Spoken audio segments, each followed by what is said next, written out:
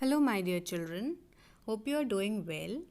So today in this video we'll be dealing with a new chapter of your English literature book, and that is Unit 6 Feathered Friend, written by Sir Arthur Charles Clarke.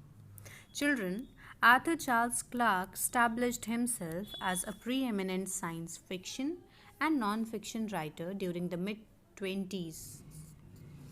He was also an inventor, undersea explorer, and television series host. His novels Childhood's End and 2001 A Space Odyssey, which was adapted into a film. Clarke authored nearly 100 books, and many of his ideas around science had links to future technological innovations. His first non fiction books were Interplanetary Flight and The Exploration of Space. His first novels were routine stories of space exploration. Charles' Childhood's End is regarded as one of his best writings. In 1950s, Clarke wrote two short stories that became science fiction classics. Those were The 9 Billion Names of God and The Star, an award-winning short story. Clarke developed an interest in undersea exploration and moved to Sri Lanka in 1956. There also he produced succession of books. He died on March 19, 2008 in Sri Lanka. So this was about author. Now let's look into the summary of the story. Feathered Friend. As the title suggests, the story is all about a bird, a canary bird. A canary bird is a small yellow-colored, light-weighted songbird. The setting of the story is in the space station. I guess you know what is a space station and how it looks like.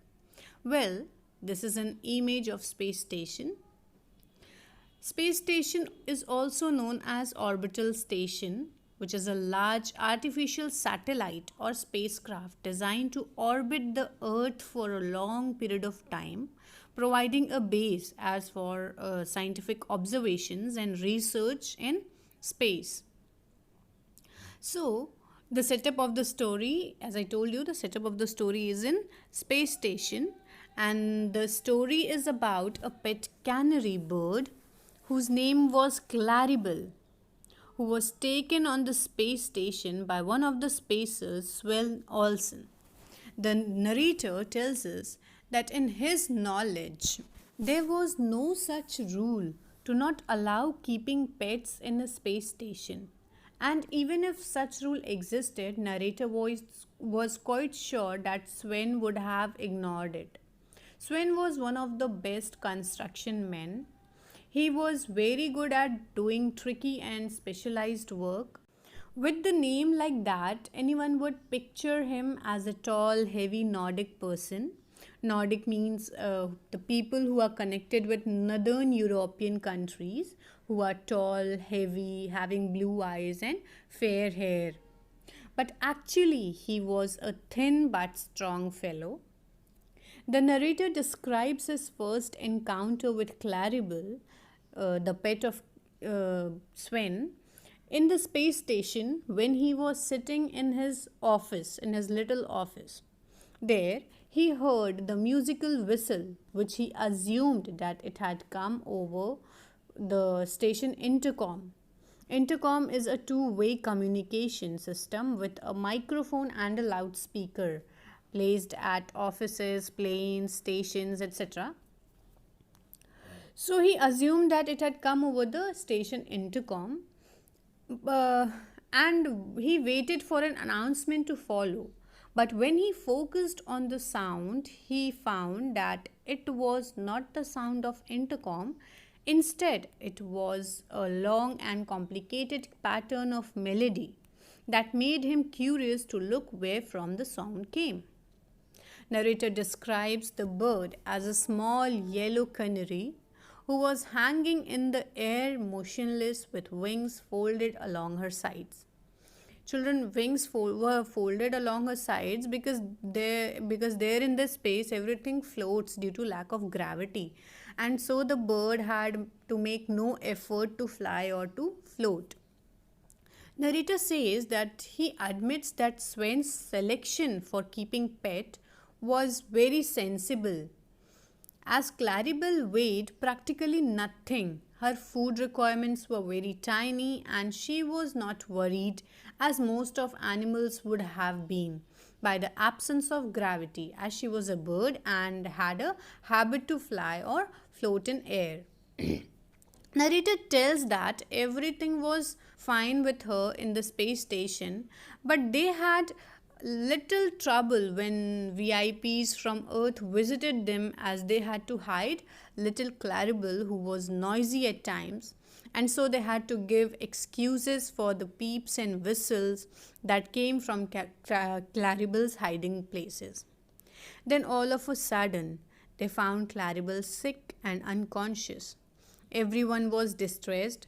Then somebody suggested to give her a shot of oxygen, for might be she was having problem in breathing as they were in space. Someone suggested to give her shot of oxygen. After she was given oxygen, she was back to consciousness.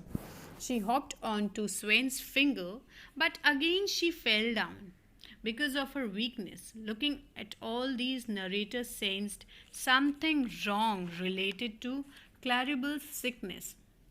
But then soon he understood everything and said to the duty engineer that something was wrong with the air. That was the reason why Claribel was passed out, and added that he remembered how miners are person who work in a mine, how miners used to carry canaries to the mines to detect the presence of toxic gases and warn them. To which the duty engineer disagreed and reminded him that the alarms would have given signal to them if that was the case. But later they found that the alarms were failed to go off or to give signal, and the air purifier has frozen up. It was an accident that couldn't possibly happen because of the presence of Claribel on the spaceship, as she detected the presence of the toxic gas and warned them. The costly chemicals and electronic engineering had disappointed them. Without Claribel, they would have been slightly dead.